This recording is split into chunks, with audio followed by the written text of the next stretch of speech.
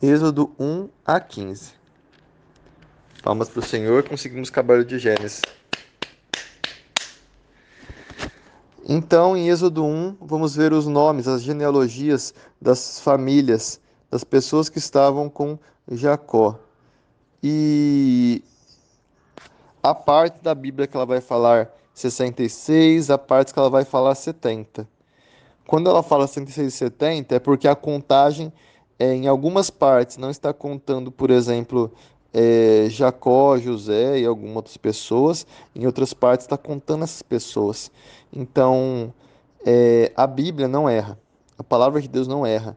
Basta você ir nos detalhes. Quem tiver dúvidas e citar, por exemplo, Atos 7 e outras coisas, que eu não vou falar aqui para confundir as pessoas, me busque no privado, que eu mando o estudo completo que vai mostrar essa verdade. Mas quem não tem dúvidas, amém. Entenda, 70 famílias de judeus, 70 pessoas que gerariam famílias, patriarcas, vão ir lá com Jacó e seus filhos. E todas essas 70 pessoas vão, vão ir, tá em Êxodo 1:5, elas vão entrar no Egito. E essas pessoas, elas vão se multiplicar muito. Então é isso que vai acontecer.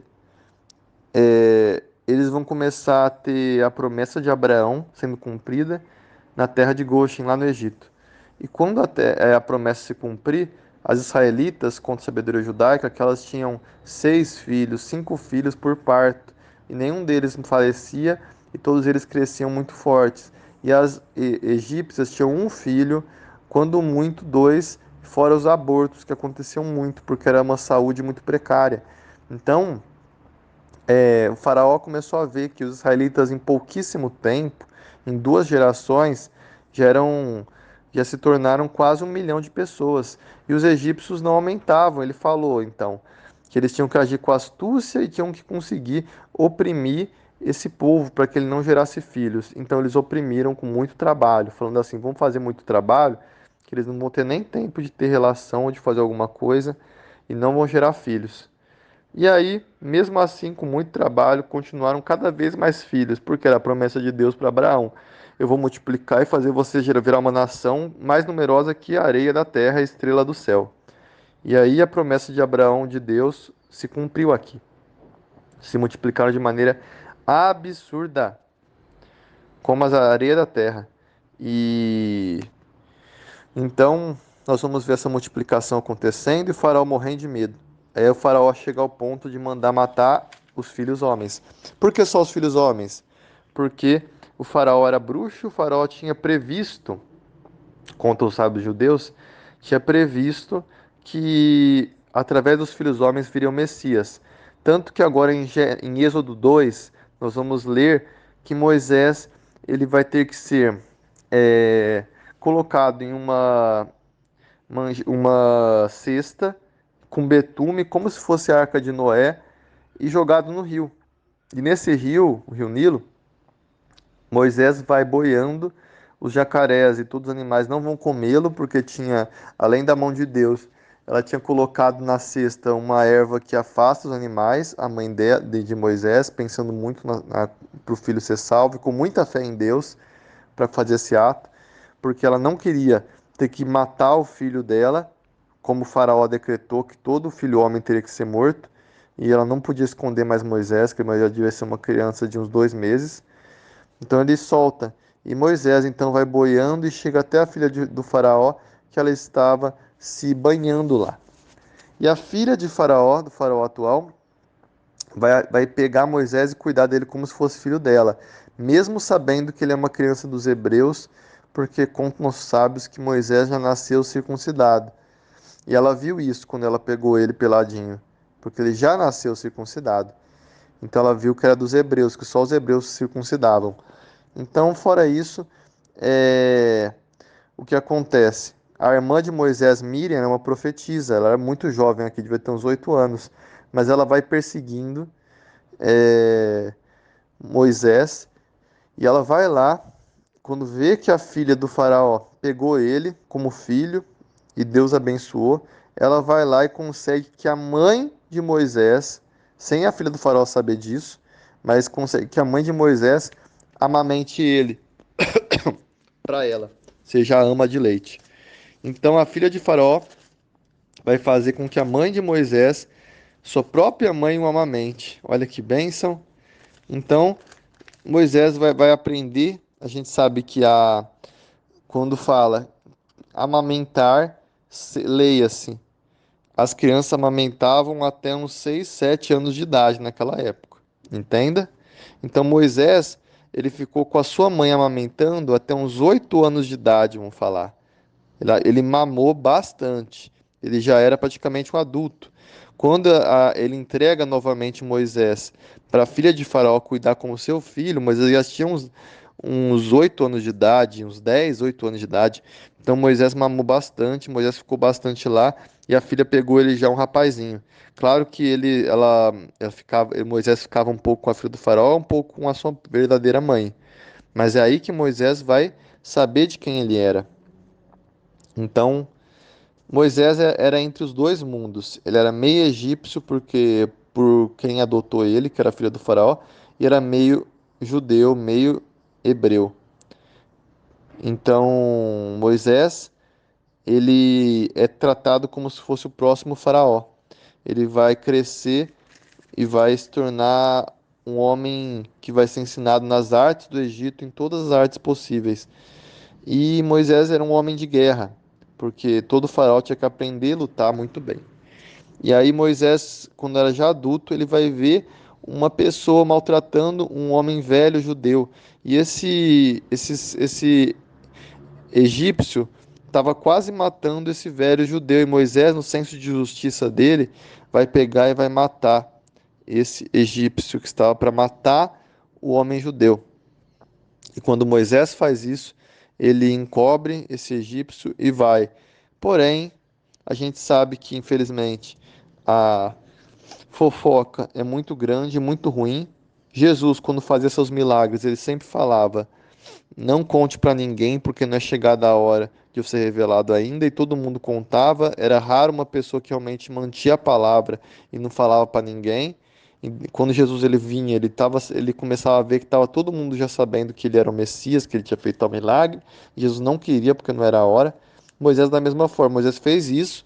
O próprio homem que foi salvo começa a falar para todos os judeus. De repente, quando Moisés se dá conta e tava Nadab e Abiram brigando, Moisés vai lá apartar a briga. Essas pessoas que são contra autoridades, que a gente vai ver que vão fazer ainda problemas depois, esses dois homens da tribo de Reuben, eles vão pegar, da tribo de Ruben, né, falado no português, elas vão pegar e vão acusar ele, falar assim: você vai matar a gente igual você matou o egípcio?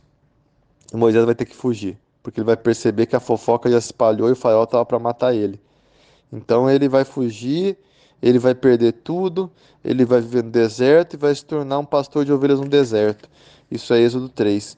E enquanto ele era um pastor de ovelhas no deserto, porque ele conheceu Zípora, sua mulher, dos Moabitas, e Jetro, aquele que vai dar para ele esse cajado, que a gente sabe que é o cajado de Adão, que Moisés vai fazer os milagres sempre segurando esse cajado na mão, que inclusive vai ser o cajado que Arão vai ficar com ele depois, esse cajado, que é um cajado abençoado, que foi o que Adão trouxe lá do Jardim do Éden. Então esse cajado, o cajado de Adão, que a gente sabe pelo livro de Jasher e outros livros de sabedoria judaica, que Moisés estava usando, que Deus vai falar: o que que é isso na sua mão? Um cajado. E Deus vai fazer ele usar os milagres sempre com isso. Esse cajado que Deus vai falar para ele usar para fazer os milagres, que tem muita unção, porque há unção nos objetos, sim. Se você é um homem de Deus e usa uma roupa, essa roupa fica com a sua unção de Deus. Se você é um homem do inferno e usa uma roupa, a sua unção ruim fica nessa roupa. É claro, depende, é muito relativa. Se você só por você ser ruim, não vai ficar unção, mas se você é um homem bruxo, por exemplo, vai ter alguma coisa ruim sim, porque você está mexendo com coisas ocultas. Então, enfim, estou contando algo para os irmãos saber. Então, por isso que a gente tem que orar sempre que a gente se alimenta, porque a gente não sabe de onde veio esse alimento. Tem que orar e abençoar e pedir para Deus abençoar o alimento e para Deus, não abençoar o alimento, para Deus abençoar o nome de Deus no alimento, porque aí a gente consegue realmente o alimento ser mais seguro para nossa ingestão, porque nós somos filhos de Deus. Não podemos ingerir nada onde não tenha o nome do Senhor em cima invocado. Por isso que a gente sempre abençoa a Deus por ter nos dado comida. Em tudo dá graças. Por isso que a gente dá graça a Deus. Por que é dar graça a Deus? Deus, bendito és tu, Senhor Deus, porque você me fez tal coisa e tal coisa, porque você me deu comida. Bendito és tu, Deus. Você está invocando o nome de Deus sobre as coisas, sobre os alimentos, as situações, santificando sua vida e santificando a Deus na sua vida. Por isso que Jesus disse: santificado seja o vosso nome no Pai Nosso. Porque em tudo dá graça, em tudo que Deus Hashem, santifica o nome de Deus. Amém? Então, voltando, Êxodo 3, Moisés foge, Moisés encontra Zípora, Moisés salva Zípora, Moisés vai se casar com Zípora, ter filhos, Moisés ele vai ficar lá muito feliz com seu sogro. Moisés já era um velho nisso tudo, de quase 80 anos. Moisés não era jovem.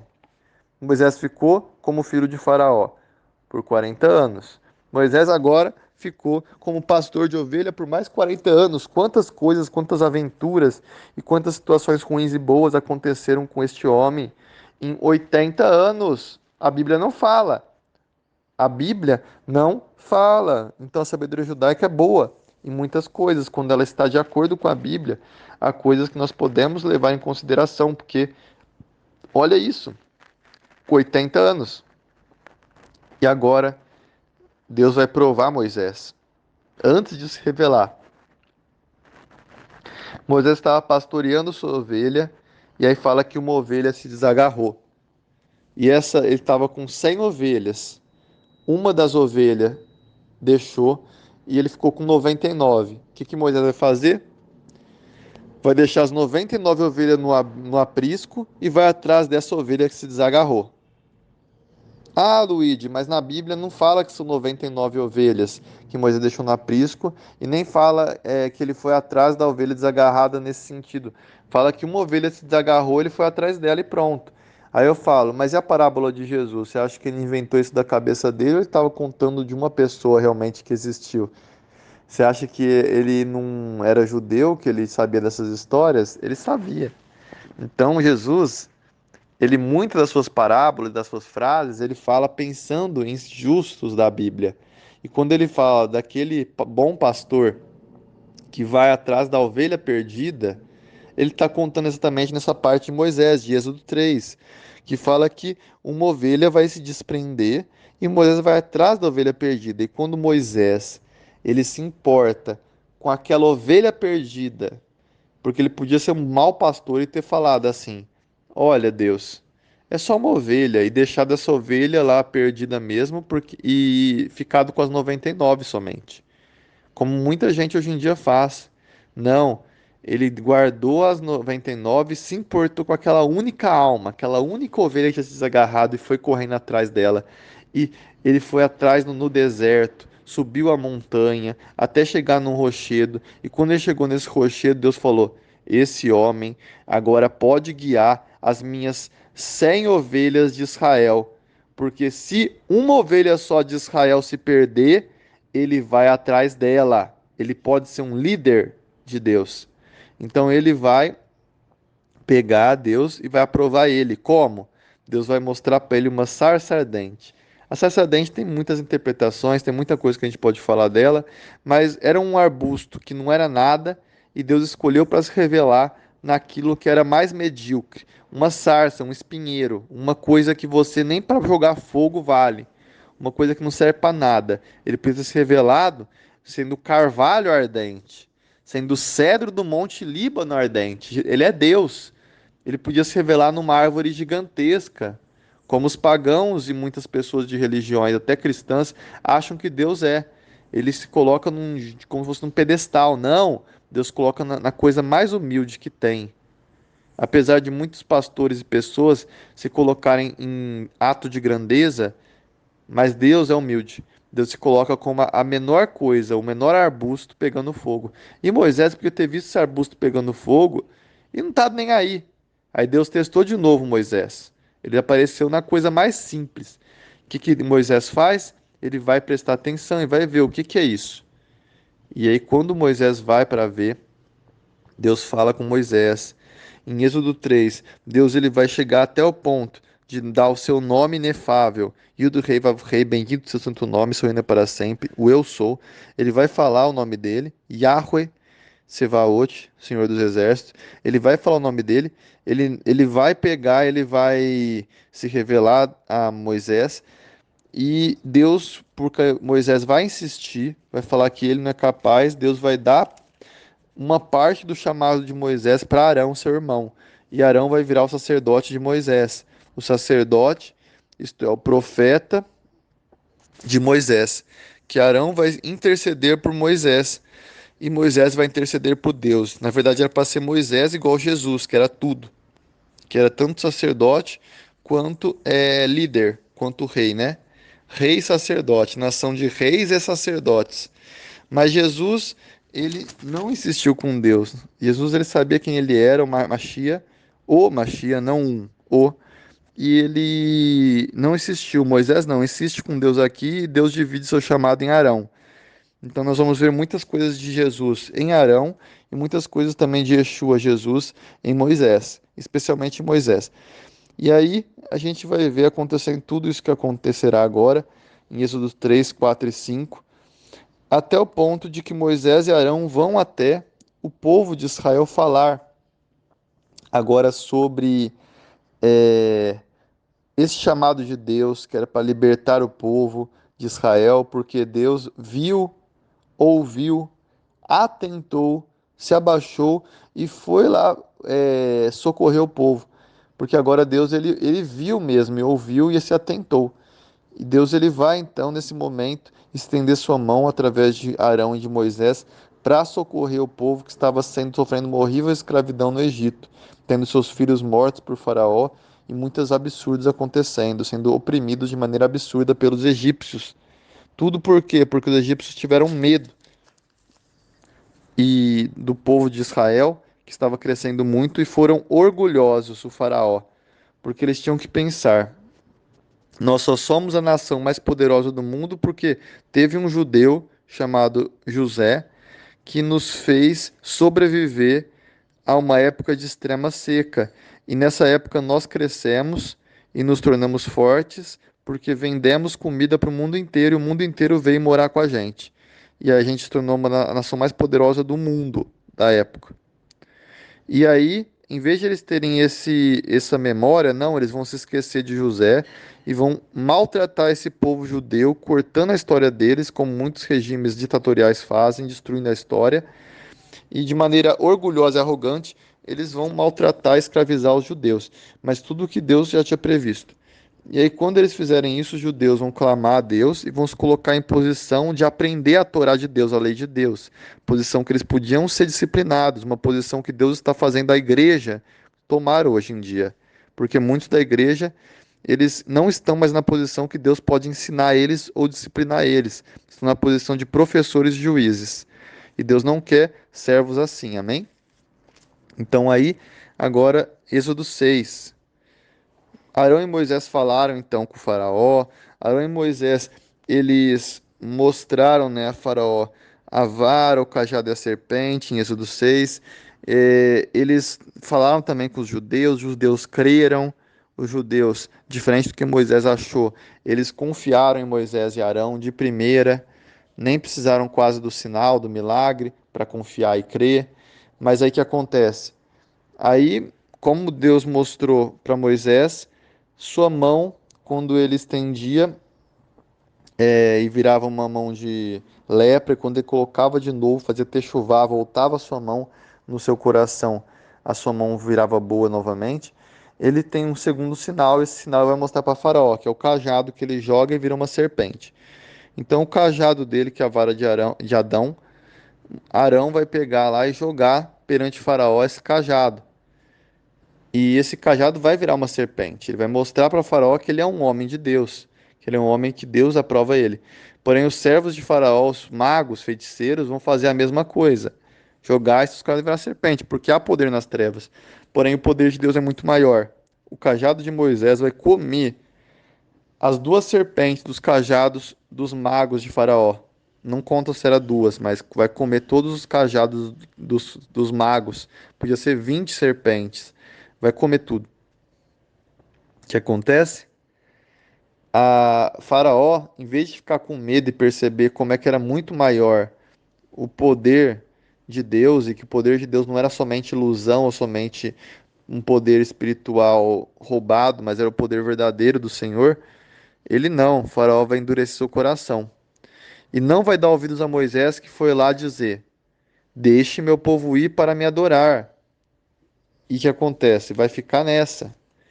Moisés vai pegar e vai começar a enviar pragas para os egípcios. E cada uma das pragas são consequências que os egípcios fizeram. O rio Nilo, ele era o que dava vida para os, os egípcios. E Deus tinha abençoado os egípcios com ele. Porém, algo que dava vida para os egípcios vai começar a dar morte. Tudo que os egípcios tinham vai virar sangue, toda a água. O rio Nilo também vai ficar fedendo. Por quê? Porque era no rio Nilo que eles afogavam as crianças judias e matavam os meninos judeus ali. Então, ele vai fazer o que? Deus vai pegar e vai começar a enviar pragas para destruir tantos os deuses do Egito. Cada praga é contra um deus egípcio. Vão ser 10 pragas. A primeira, o rio Nilo virar sangue, toda a água do Egito virar sangue por uma semana. A segunda, uma praga de rãs, ou a rã era uma rã gigante que se multiplicava. Quanto mais você batia nela, mais se multiplicava. E depois, a terceira praga, os piolhos. E na praga dos piolhos, e na praga das moscas, que Deus vai mostrar que é Ele mesmo que está agindo, porque os demônios não podem fazer algo acontecer do nada. Os demônios não podem também fazer coisas surgirem de uma algo que seja menor que uma semente de cevada. Então os demônios não têm poder de construir, de gerar algo a partir do nada. Os demônios, quando eles fazem suas magias, que é um poder que Deus deu a essas criaturas sobrenaturais, eles podem criar algo a partir de uma coisa que já existe, mas só Deus cria algo a partir do nada. Então Deus vai mostrar para os magos do Egito que era a mão dele. E os magos do Egito, conhecendo as forças do bem, a força do bem, né? Eles sendo força das trevas e reconhecendo o Criador, eles vão falar: isso é coisa do Deus Altíssimo, né? Então eles vão ficar morrendo de medo. Mas Faraó, quando os magos ficam com medo na praga das moscas, ele não vai ficar com medo. Faraó ele sozinho vai ficar orgulhoso. E aí Faraó, na praga dos gafanhotos, sempre Faraó vai chegar depois das pragas e falar: Moisés, eu me arrependo. Moisés, vai lá com o seu povo lá orar. Vai lá orar para o seu Deus. Vai falar para Deus tirar essa praga para mim, por favor. E aí Moisés vai lá e tira. E a Faraó vai falar: agora que você tirou, tô nem aí. Continua escravo. O que eu falei, eu desminto agora. Então o faraó vai começar a falar uma coisa e fazer outra várias vezes. E Moisés vai sempre orando por Faraó e vai tirando a praga de Deus. E depois Deus envia a praga novamente, porque Faraó ele vai cada vez mais falar uma coisa e fazer outra. Vai falar que ele ia te deixar o povo ir lá adorar a Deus, servir Deus no deserto, mas ele não vai fazer. Amém? E é assim que são os ímpios e pessoas que prometem: Ó, vou me encontrar com você, irmão, amanhã, tudo bem? Aí a pessoa não aparece lá e nem te dá satisfação, nem pede perdão. Ou ele fala: Ó, tal coisa, eu vou fazer tal coisa, e não faz. Então a pessoa não tem palavra, a pessoa está agindo igual o faraó, amém? Não ter palavra é algo gravíssimo no reino espiritual. Homens e mulheres que não têm palavras, eles são como animais, eles não têm a humanidade, amém? Então, pessoas que não têm palavras, cuidado, vocês estão como ímpios perante Deus. Você pode ser de igreja, mas se você não tem palavra, então você tá? Não tem Yeshua. Yeshua é a palavra de Deus. Deus é um com a sua palavra, seja igual Yeshua, Jesus. Aí vão ter várias pragas, é, até a praga do gafanhoto, não vou falar uma a uma, né? Vou falar rápido, vai. Primeira praga, sangue. O mar se torna sangue. É como o primeiro milagre de Jesus, quando ele transforma água em vinho. Uma clara referência ao que Moisés fez nas águas do Nilo. Segunda praga, as rãs. Terceira praga, piolhos. Quarta praga, moscas. Quinta praga, a morte dos animais que estavam lá no campo. Sexta praga, tumores e úlceras do faraó até os outros. Sétima praga, chuva de pedras e granizo que tinham fogo dentro do granizo. Granizo é gelo e fogo dentro do gelo. Olha que incrível. Oitava praga, gafanhotos. E todas essas pragas, nós vamos ver que nessas últimas pragas, por exemplo, a do granizo, Deus, ele vai testar a fé não só dos judeus, mas a fé dos israelitas, porque Deus vai falar: olha, amanhã eu vou vir com granizo no campo. Se vocês não tirar o animal seu do campo, ou vocês não sair do campo, vocês vão morrer. Aí os egípcios que creram em Deus, confiou em Deus e se arrependeu e tirou os animais do campo foram salvos. Os egípcios que não creram nas palavras de Moisés que vinha de Deus, morreram eles e seus animais. Então, assim, Deus vai testando a emuná, a motivação e a fé, a kavaná e a emuná. A fé e a motivação das pessoas, tanto do Egito quanto dos israelitas, nas últimas pragas. E aí, a nona praga são as trevas, e a última praga, agora, já estou em Êxodo 11, a última praga será a praga dos primogênitos. Porque Deus tinha falado em Êxodo 4, se não me engano, ou 5, ele tinha falado, para quem leu vai saber que versículo é esse. Deixe meu povo ir para me adorar, porque Israel é meu primogênito. Se você não deixar meu primogênito ir, eu vou pegar seu primogênito. Então Deus já tinha anunciado. Então, pessoa que fica indo contra judeu, falando que judeu é um povo do demônio, pessoa que vai contra o Estado de Israel, falando que o sionismo é uma coisa do anticristo, etc. Pessoa que se diz cristão, servo de Deus da semente de Abraão, e fica indo contra é, os judeus, mesmo os judeus que estão errados, se esquece que Deus fez uma promessa para a semente, isso aqui é carnal. Para todo mundo que vem da semente de Abraão, abençoarei quem te abençoar, amaldiçoarei quem te amaldiçoar. E tá indo igual o faraó, tá indo contra o primogênito de Deus. A igreja, os cristãos, irmãos, nós não somos primogênitos. Nós só existimos porque judeus, eles passaram a fé de Jesus e a palavra de Deus e a Bíblia e o próprio Jesus que é judeu, todos eles vieram nos auxiliar. Nós estávamos em trevas. Nós somos como se fosse o filho pródigo, o filho mais novo.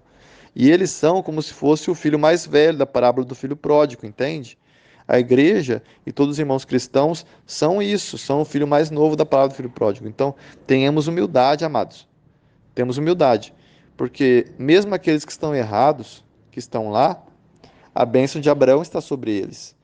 E se nós temos que respeitar as autoridades ruins do mundo, isso está em Romanos 13, quanto mais temos que respeitar as autoridades que realmente Deus instituiu na sua palavra com bênçãos. Então, os judeus, eles têm essa bênção sobre eles. E só vai voltar o Messias quando a igreja e os judeus se acertarem. A igreja, ela se aproximar da Torá e os judeus se aproximarem de Yeshua. Através dos bons testemunhos dos filhos de Deus. Amém? Então é isso. Quem é o primogênito de Deus? Israel, o povo judeu. Jeremias 31, 33 fala: Farei uma nova aliança com ti, casa de Israel. Jeremias 31, 33, se você continuar lendo Nova Aliança, ele vai falar no final que Israel nunca deixará de ser um povo perante o povo de Deus perante Deus. Então Deus vai falar: os judeus podem fazer o que eles quiserem de ruim, mas eles continuam sendo semente de Abraão, tem promessa com isso. Eu não vou colocar outro povo no lugar deles. Eu vou juntar outro povo com eles e usar outro povo para abençoar eles. mas eu não vou colocar no lugar deles. Eu posso aumentar Israel, mas eu não posso tirar os judeus de Israel e falar que a igreja é o novo Israel, amém? Então Deus vai falar isso. Em Hebreus 10, 38, se não me engano, é quando Paulo cita essa mesma frase falando que foi o profeta Jeremias que falou da nova aliança, que é o que eles estão vivendo, que é o que a igreja vive. Então, amém? Então, Jeremias 31 e Carta dos Hebreus 10 no Novo Testamento confirmam isso que eu estou vos falando. Quem é o primogênito de Deus? Israel. E agora Deus vai fazer o que com os egípcios? Como vocês estão matando meu primogênito, escravizando o primogênito, fazendo mal ao meu primogênito, eu agora vou matar o seu primogênito. E aí acontece a famosa festa da Pessa, Páscoa, Êxodo, 12. Moisés tinha ordenado para os egípcios de passarem sangue de cordeiro, um cordeiro sem pecado e puro, nos seus aposentos. As famílias se uniam, se era uma família muito pequena, juntava com outra e com outra, e aí eles matavam o cordeiro e comiam do cordeiro, e o sangue eles passavam nos batentes das portas e nas janelas, e esse sangue que eles passavam é como o sangue que cobre nós, o sangue de Yeshua, Jesus, que é o Cordeiro de Deus que tira o pecado do mundo. Isso está em João 1, quando Yohanan Hamatbiel, João o imersor, o batista no grego, ele vai pegar e vai imergir inclusive o próprio Jesus, Messias, dizendo que ele é o Cordeiro de Deus. Por quê? A Páscoa, aqui, Êxodo 12 vai falar. Todo mundo que está lendo a Bíblia está entendendo tudo que eu estou falando. Quem está lendo a primeira vez não está entendendo direito, em vez de criticar ou se desesperança, perder a sua esperança, dizer, ah, eu nunca vou conseguir fazer isso. Não, não, irmão ou irmã. Entenda. Você vai conseguir. Seja positivo. É só você pegar e pausar esse áudio e começar a ler Êxodo 12 e ler João 1. E aí depois você volta esse áudio e ouve 2 vezes, ouve 3 vezes se precisar. Esses 30 e poucos minutos que eu estou resumindo para você, Êxodo 15. E faça isso com os outros áudios que eu estou enviando. Assim você terá certamente uma bênção de Deus para você e você vai conseguir, com certeza, entender tudo que eu estou falando, porque você vai ler a escritura e vai ouvir esse áudio junto. E aí você vai falar: agora eu entendi. E não é na primeira vez que você lê a Bíblia que você entende ela. Você tem que ler várias vezes, porque é um livro de experiência de pessoas que são 2.000 anos de história, 3.000 anos de história, 4.000 anos de história, 5.000 anos de história, resumidas em um pequeno livro. Sim, um livro pequeno. Há livros maiores de outras religiões que as pessoas leem. Então a Bíblia não é um livro absurdamente grande. Amém? Vamos mudar nossa motivação, porque um juiz que quer ser juiz lê uma Constituição brasileira, que é um livro muito maior que a Bíblia, amém? E muito mais complexo. Não complexo, mas muito mais confuso. Que a Bíblia não é confusa, a Bíblia precisa de revelação e precisa de paciência e pessoas te ajudando, amém? Pessoas que têm mais unção. Então, Êxodo 12. A Páscoa de Deus, a libertação do povo de Israel. Chega o anjo da morte, ou o próprio Eterno, depende da interpretação. As interpretações da maioria dos teólogos e rabinos diz que era o próprio Eterno que foi lá, Deus.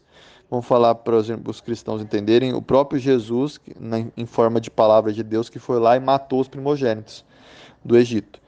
Jesus matou-se, então, nessa interpretação, e é uma interpretação muito correta e muito aceita. Não que Jesus tenha matado, mas Jesus ele tirou a vida desses primogênitos do Egito, porque ele ia em casa, onde tinha o sangue do cordeiro, ele pulava. Por isso que é peça. Peça no hebraico significa pular. Seria como se fosse a festa do pulo, entendeu? Não tem nada a ver com coelho. É a festa do pulo. Não tem nada a ver com o ovo da Páscoa. É que Deus ele pegou e pulou as casas que tinham o sangue do cordeiro. É a festa do cordeiro, entendeu?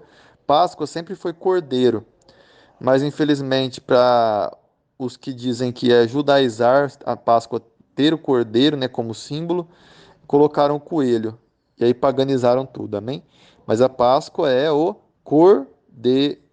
Então, sempre que você vê a festa da Páscoa, lembre-se do cordeiro. E não pegue nenhum coelho, nem ovo da Páscoa, que isso é uma festa pagã que era celebrada pelos vikings e por esses povos do, dos Países Baixos. Então, essas festas, chamada Easter no inglês, festas pagãs, não tem nada a ver com a festa realmente correta de Deus, que é a festa da Pessa, Páscoa. Amém? Que é pular. Então, o sangue do cordeiro estava no batente, Deus pulava. Não estava, Deus ia lá e matava o primogênito. Todas as casas dos egípcios que não creram, isto é, porque tinha egípcio passando sangue no batente, e toda a casa dos judeus que não creram, porque tinha judeu, isso nos conta a sabedoria judaica, que cerca de metade dos judeus não creram, e esses judeus eles não passaram o sangue do cordeiro no batente, e quando o povo de Israel, os judeus, saíram do Egito, eles deixaram metade dos seus irmãos judeus lá no Egito, porque eles não passaram o sangue do cordeiro nos batentes. Então tinha os egípcios e esses judeus ali que estavam chorando os seus primogênitos. E aí ocorre a famosa fuga do povo judeu. E Deus abençoa que os egípcios, como Abraão tinha profetizado, através de Deus, em Gênesis 17, vai acontecer algo incrível agora, que Deus vai fazer que os egípcios, eles dão todo o seu dinheiro, praticamente, para os judeus. Por quê? Porque os egípcios, quando os judeus saem para o deserto, Deus ele tinha falado que tinham que dar dinheiro e pagar a eles. Por quê? Porque eles foram escravos, não receberam dinheiro. Então os egípcios estavam, na verdade, fazendo o quê? Estavam pagando aquilo que eles deviam para os judeus, que eles tinham sido escravizados, não tinham pagado o trabalho que eles tinham pagado. E além disso, Deus tinha prometido isso a Abraão, falando que vocês vão ser escravos numa terra estrangeira. Porém, quando vocês forem libertos, quando eu tirar vocês de lá, vocês vão sair com bens e riquezas imensuráveis dessa terra. E foi isso que aconteceu. Mas enquanto os judeus estavam cheios de dinheiro, de joias, de ouro, que nós vamos ver nos capítulos posteriores, que não vai ser algo muito bom, porque não vai ser usado o dinheiro de forma certa, vai ser usado inclusive no bezerro de ouro, parte desse dinheiro. O que vai acontecer? Moisés, que era humilde, o mais manso e humilde da terra, Moisés ele vai estar carregando o quê? A sabedoria conta, e inclusive na Bíblia está escrito aqui, confirmando isso, que Moisés ele vai sair carregando o. Lembra de José? Ele vai sair carregando o quê? A arca, né? O caixão fúnebre com o corpo de José do Egito. Então, o patriarca José, ele é carregado por Moisés, que é da tribo de Levi, e Moisés ele vai cumprir então a promessa feita no último capítulo de Gênesis para José, que eles não deixariam José morrer e seu corpo estar no Egito. Ele morreria e seu corpo iria para a sua terra natal. Amém? Então, assim nós vamos prosseguindo. O povo de Israel em Êxodo 14 já vai ter saído do Egito, ele já vai estar indo fora, né, da terra do Egito. E vamos ter agora algo muito interessante. Os egípcios novamente, o faraó se arrepende junto com seus de ter soltado, junto com seus senhores. O faraó ele se arrepende de ter soltado os judeus e libertado eles. Então o faraó ele era um homem muito instável, muito oportunista. Ele toda hora mudava de ideia segundo a oportunidade dele. Ele não é uma pessoa confiável. Era uma pessoa que uma hora tá aqui numa igreja, outra hora tá em outra. Ah, agora ficou ruim com o pastor, ficou com o outro, mudou. Era uma pessoa assim. E o Então, em Êxodo 14, o faraó vai perseguir os judeus. E a gente sabe que o próprio Deus, nessa hora, ele apertou o coração de Faraó, porque Faraó já tinha escolhido o seu caminho, Faraó já tinha decretado o seu destino como um homem que iria contra Deus. Então aí Deus, ele pegou e apertou o coração de Faraó para Faraó mostrar quem ele realmente era. E para que Deus mostrasse quem ele realmente é. Aleluia. E Deus ele pudesse abrir o mar, como ele de fato faz, e fazer o povo de Israel passar por 12 aberturas no mar diferentes. Está no livro de Salmos. O livro de Salmos fala que são aberturas no plural, não é uma só, mas amém. Então Deus abre o mar em 12 aberturas para cada uma das 12 tribos e os judeus passam no mar em terra seca. E os egípcios, quando vão com suas carruagens lá, as carruagens e os pés dos egípcios começam a afundar no barro. E eles vão correndo, tentando sair, não sai.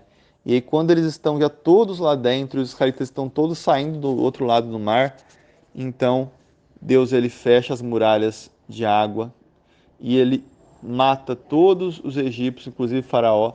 Todos são engolidos vivos pelas águas. Da mesma forma que eles mataram pelas águas os judeus e os filhos dos judeus, pelas águas eles foram mortos.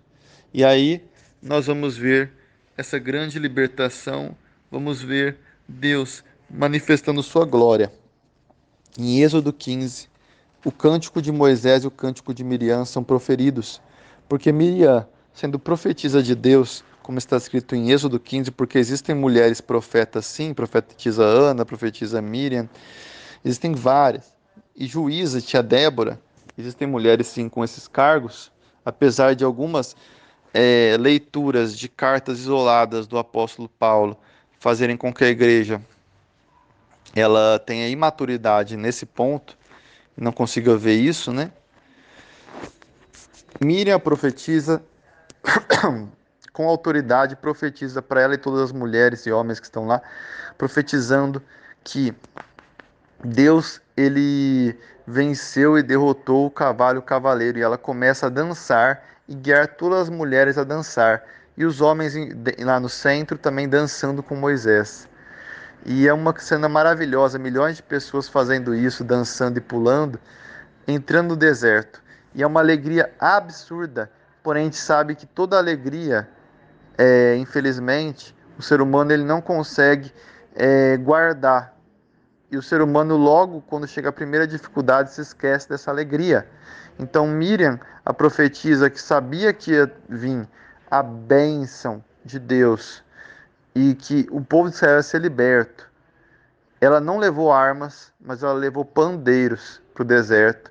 E quando Deus destruiu o exército de Faraó e matou todo esse pessoal, Miriam e as mulheres estavam com pandeiros e não com armas, porque elas não precisaram usar armas. Foi Deus que lutou por elas e elas festejaram. Mas essa alegria da festa delas e da festa de Moisés nos seus cânticos vai acabar nos capítulos seguintes, quando faltar água. E é nesse momento que começa a faltar água, começa a vir a tribulação, que o povo de Israel vai se dividir em dois tipos novamente. Pessoas que vão murmurar e vão falar contra Deus e falar contra Moisés, e pessoas que vão ficar quietas, suportando a dor da maneira que agrada a Deus, e vão confiar em Deus, mesmo com sede, mesmo com fome, e vão continuar confiando em Deus, esperando o agir de Deus com shalom, com paz.